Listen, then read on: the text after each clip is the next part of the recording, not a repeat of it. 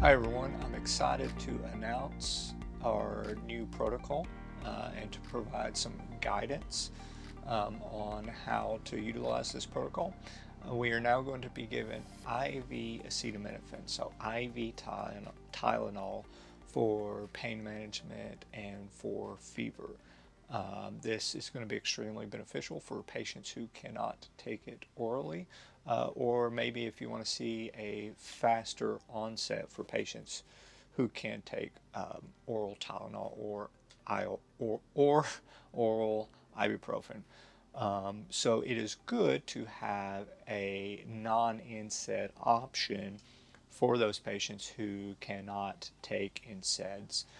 Maybe they have some GI bleeding, maybe they have renal failure, or maybe they're going to need a very complicated surgery, and we really want to make sure that we don't increase that risk of bleeding. So IV Tylenol is a great drug. The main precaution and contraindication is in patients who have hepatic disease or liver failure, or if they have recently ingested IV Tylenol, or if they're going to be beyond or above the daily max, and the daily max for adults is 4 grams or 4,000 milligrams in a 24-hour period. So those are the main precautions. This is really going to complement our multimodal approach to treating pain or providing pain management and relief for patients in pain.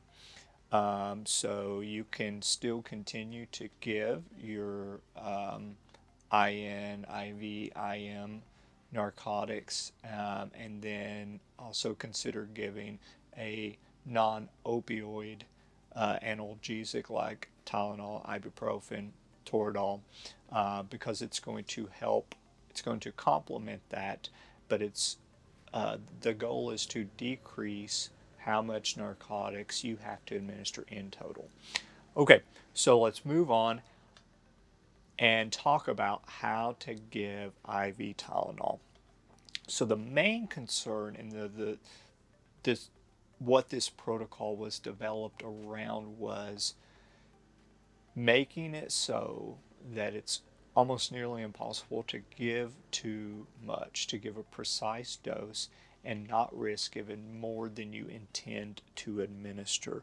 Because of this, you're either going to be giving it directly out of the bag, this is your IV acetaminophen bag, or you will be drawing it up in a syringe and giving it via a half set via the IV pump. But we want to make sure that whatever volume we're giving, whether it's out of the bag or through the syringe, is the exact precise dose. Because one question that I've already received is, well, can we just not hang it directly with the pump? And if it's less than the full gram, we'll just program in the exact amount we want to give via the pump, and then the pump will stop when it delivers that amount. Theoretically, yes, you could do that, but there is a risk in not correctly programming the pump, or there being a malfunction in the pump, or maybe you disconnect the line from the pump and then it just starts flowing under gravity. And this is a pretty hard rule that the FDA put out when giving IV Tylenol, so that it's not possible to give too much IV Tylenol. So IV Tylenol comes in a 100 ml bag. It kind of comes in this neat box here, and if you look on the bag, you'll see that it is 100 mLs and that it is 1,000 milligrams in 100 ml. So that is 10 milligrams per ml, 10 milligrams of Tylenol per ml, which makes it pretty simple to calculate how much volume you need to give to a patient. Now, this is not the generic Ofirmev version of IV Tylenol. The generic version comes in a non-collapsible container. So in that version, you do have to vent. But since this is a bag that will collapse, you don't need to vent. You don't need to vent your IV tubing. So the most simplest way to give this is if the patient is greater than 50 kilograms. If the patient is greater than 50 kilograms, I can give the full dose. I can give the full gram. The majority of our patients are going to be more than 50 kilograms, so it's going to be easy to give this. Now you can give this via gravity, or you can give it via IV pump if you're given the full dose. Here's the problem. If we give it, either way, honestly, if we give it via IV pump, well then once this bag draws down, or actually this bag draws down, and air gets right here on the IV pump and hits that sensor, it's going to stop giving. So whatever is distal to that, whatever is remaining in the line, is not going to get to the patient. Is that a problem?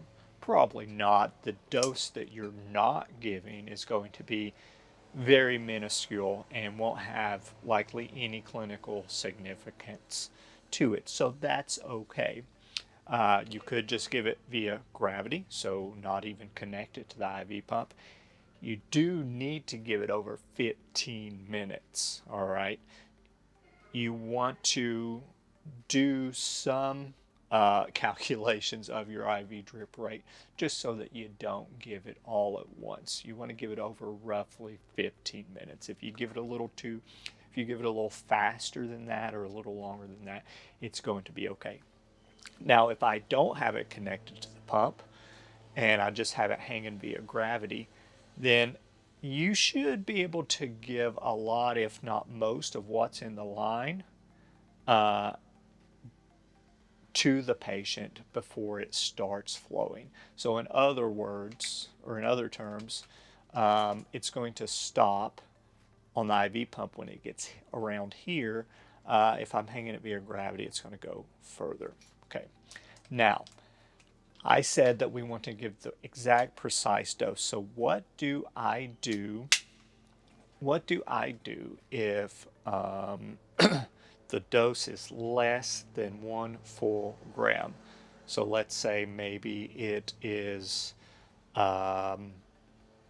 maybe 500 milligrams, which would be 50 cc's. So here is the rule of thumb and what I recommend. If my dose that I need to give is greater than 40 cc's, all right? If it's greater than 40 cc's, so that would be 400 milligrams. So if I calculate my dose and it's 15 milligrams per kilogram, and I calculate that and it comes out to be 400 milligrams or greater, then what I'm going to do is withdraw that excess volume from the bag. So again, if my dose is 500 milligrams or 50 mLs, then I'm going to take a 50 cc syringe and pull out 50 mLs. Now there's a reason that we're using 40 mLs, because the 50 cc syringe goes up to 60 cc's.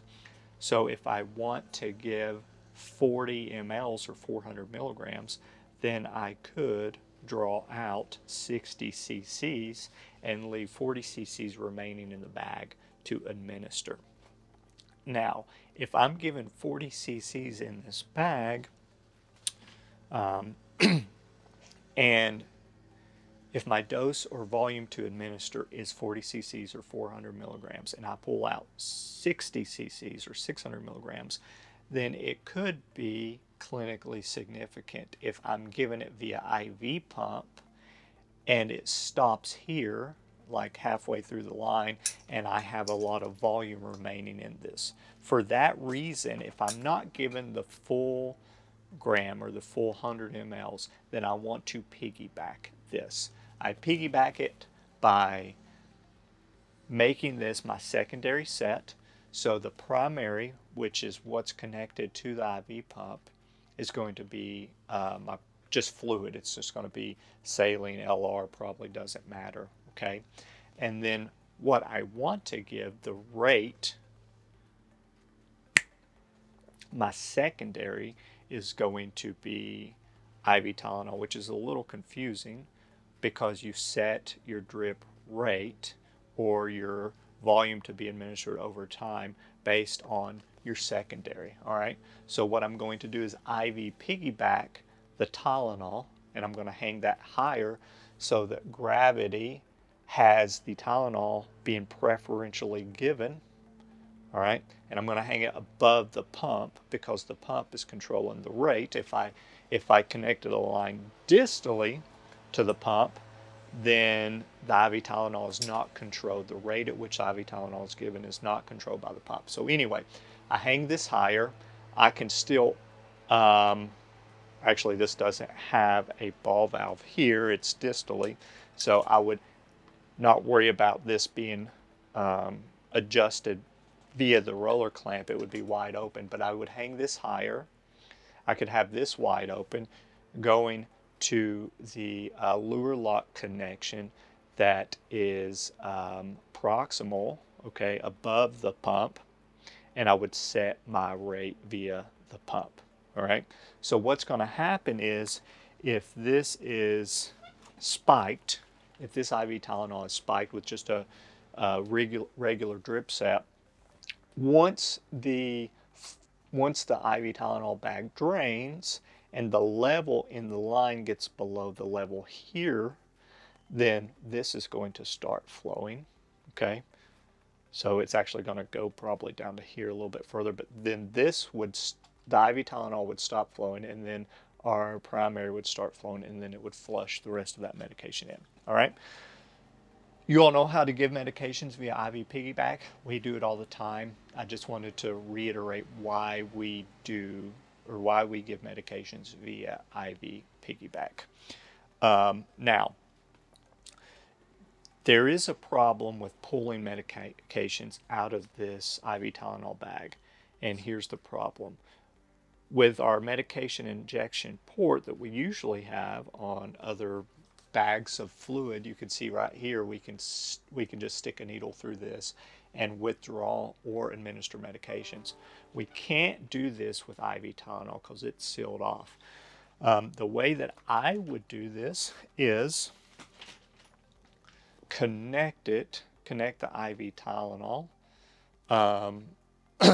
to a IV drip set, and it can be your piggyback IV drip set that you're going to connect to your primary line. And what you would do is essentially connect a syringe and draw the fluid out. You can see the fluid coming out and filling up my syringe. So if the volume that I want to give is 40 mLs, then I'm going to use this method to pull 60 mLs out of the IV Tylenol. Now right now I'm just demonstrating by pulling it out of the primary set, but you can understand what it would look like if I had the IV Tylenol connected via IV piggyback to a line. So I would just use the port that's connected to the IV piggyback. All right, if the volume that I need to administer is 40 cc's or less, I am not going to connect a line to the IV Tylenol bag. And here's the reason. It's because it is easier and more specific to pull the volume that we want to give directly out of the bag, connect the syringe to a half set that does not have the spike, and give it like we would use in a syringe pump. The only adjustment that we have to make and to take into consideration is the half set dead space. So I have my syringe. Because the volume to be infused was less than was 40 mLs or less, I decided to use the syringe. I accounted for the dead space that is in my half set. I have primed my half set, connected it to my IV pump, and I'm going to set up my infusion rate, so my volume to be infused, I'm going to say 45 mLs because we said that the volume we want to give is 40, and which is 400 milligrams, and I'm going to set that to be delivered over 15 minutes. 15. Oh, I messed up. I put 10. Whoops. I want it over 15 minutes. Okay.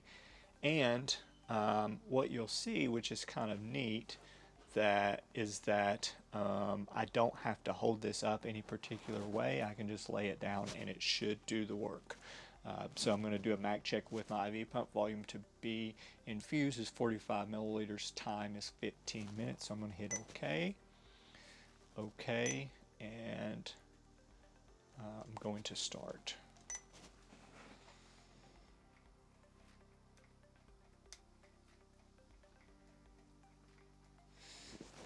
And it might be hard to see, but that plunger should just start moving. And what I'm going to do now is I'm going to increase the rate just so you can see this work. All right, you should be able to see that plunger moving. Let me point the numbers here. So, if I am giving less than 40 cc's, why 40 cc's? Well, because our syringe goes up to 60 cc's, but we have to account for the dead space that is in an IV half set. IV half set. So imagine if I have 40 cc's of volume of IV Tylenol that I've drawn up, and of course that's 40 cc's is 400 milligrams, and I connect this syringe to my half set. And then I connect this half set to the IV pump. Instead of with a normal set, the IV pump would stop whenever air gets to the sensor here. It's going to stop whenever that plunger gets here. So whatever is remaining in the line is not getting to the patient. So what I'm going to do is account for how much dead space is in this half set. To do that, all I have to do is simply look on the package and see that the filling and storage volume is 4 milliliters. 4 milliliters. So if the volume, let's say my dose was 400 milligrams, I would need to draw up 40 cc's, but I have to account for the dead space that's in that half set. So then I would draw up 44 cc's, and this is in 2.5 ml intervals, so I can get pretty close. I would probably just draw up 45. So here's how I'm going to do that. Now I could, make it difficult, take a needle and stick a needle up through here, or I could use the one-way spike that's got a lure lock on the end here. Spike the bag, draw up my 40 cc's, account for the dead space. It's coming out slowly.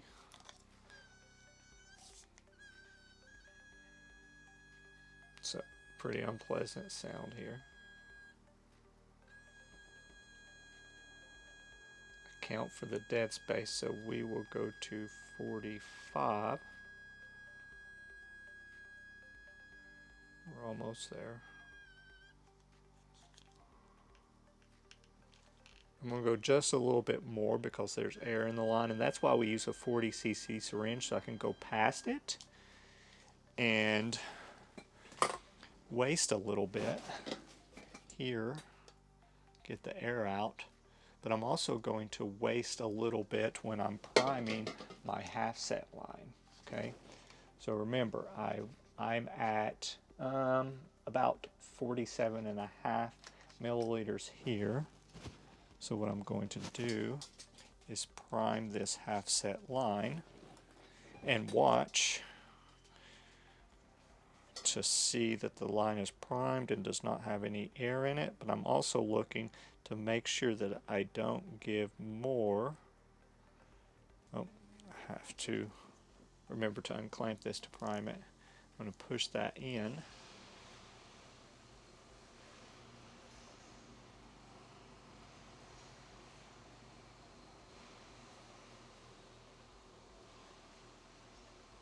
And priming volume was almost spot on. I probably should have drawn up a little bit more, but right now I'm almost at, I'm probably short a few mLs. But anyway, that's why we draw up extra volume to account for how much it takes to prime this line. So I wanted to show you all real quick what this looks like and why we prime, why we account for the dead space that's contained in a half set. So I'm going to continue, and as this is going, once that, it says infusion near end because I adjusted the volume so that you all would see this. But it should go until the plunger hits this, because we have calculated an exact volume that we want to administer, and then it's going to stop the pump. And then we would disconnect the line. We wouldn't need to flush this line in because we have already accounted for the dead space. So that plunger is about to hit, and I should get an alarm because there's a vacuum in the system.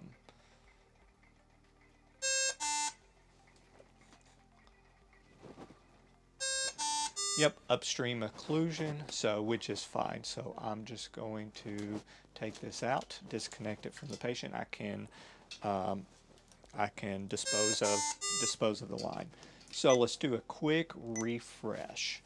Our IV Tylenol dose is 15 milligrams per kilogram.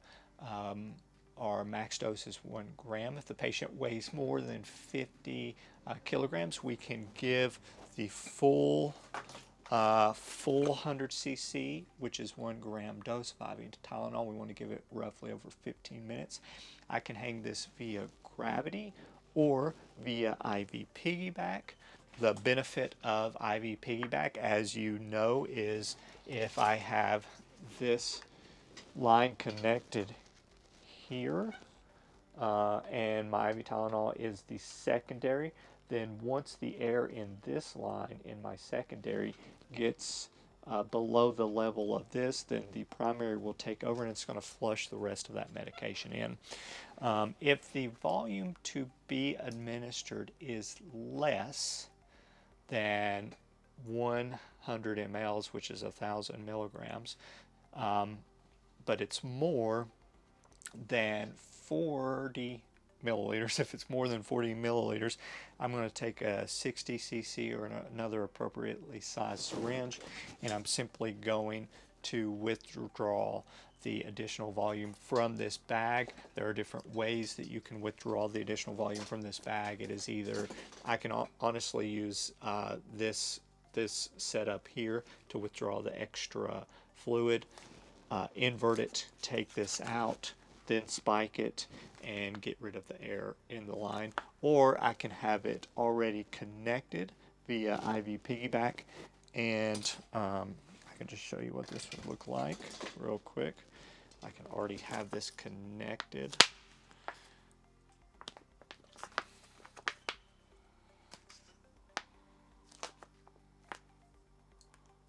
Got a kink in the line. I can already have this connected here. Have it hanging. Have it connected here. And then I can use a syringe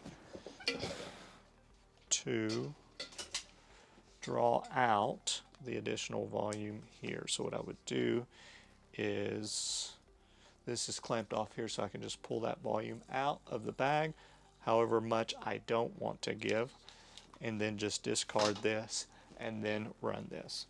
If the volume to administer is less than 40 cc's, if it's 40 cc's or less, then I would just take my IV Tylenol bag connect a spike to it, and then I would pull out whatever volume I want to administer, account for the dead space in a half set, which should be 4 to 5 mLs. That changes with temperature, obviously, and then connect the half set directly to the IV pump, and then just set how much volume I want to administer over 15 minutes.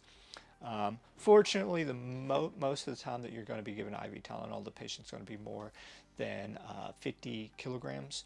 So for the vast majority of patients, you'll be able to run it just directly via the IV pump or by gravity, paying close attention to your drip rate and how fast you're giving the medications. I hope this was helpful, and if you all have any questions, let me know. Thanks.